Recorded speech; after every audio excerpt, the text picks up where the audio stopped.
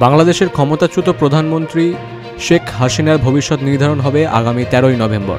জুলাই গণঅভ্যুত্থানের সময় সংগঠিত মানবতাবিরোধী অপরাধের মামলায় ওই দিন রায় ঘোষণার দিন ধার্য করেছে আন্তর্জাতিক অপরাধ ট্রাইব্যুনাল 1।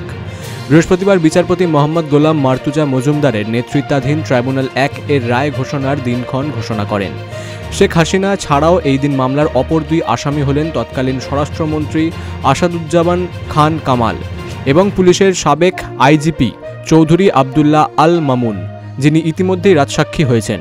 বৃহস্পতিবারে এই মামলার শুনানি শেষ হয়। প্রসিকিউশনের পক্ষে চিফ প্রসিকিউটর ও অ্যাটর্নি জেনারেলের উভয়ই শেখ হাসিনা ও আসাদুজ্জামান খানের সর্বোচ্চ শাস্তি প্রার্থনা করেন। অন্যদিকে আসামিপক্ষের আইনজীবীরা দুইজনের বেকসুর খালাসের পক্ষে সওয়াল করেন। ট্রাইব্যুনালের এই ঘোষণার পর জল্পনা তীব্র হয়েছে যে যদি দোষী প্রমাণিত হন তবে মুজিব কন্যার ভাগ্যে কী হবে, ফাঁসি নাকি যাবজ্জীবন কারাবাস।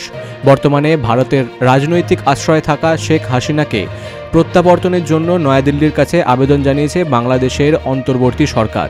13ই নভেম্বর রায় বাংলাদেশের রাজনৈতিক ইতিহাসের এক গুরুত্বপূর্ণ অধ্যায় সৃষ্টি করতে চলেছে। Bureau report, big news Bangla.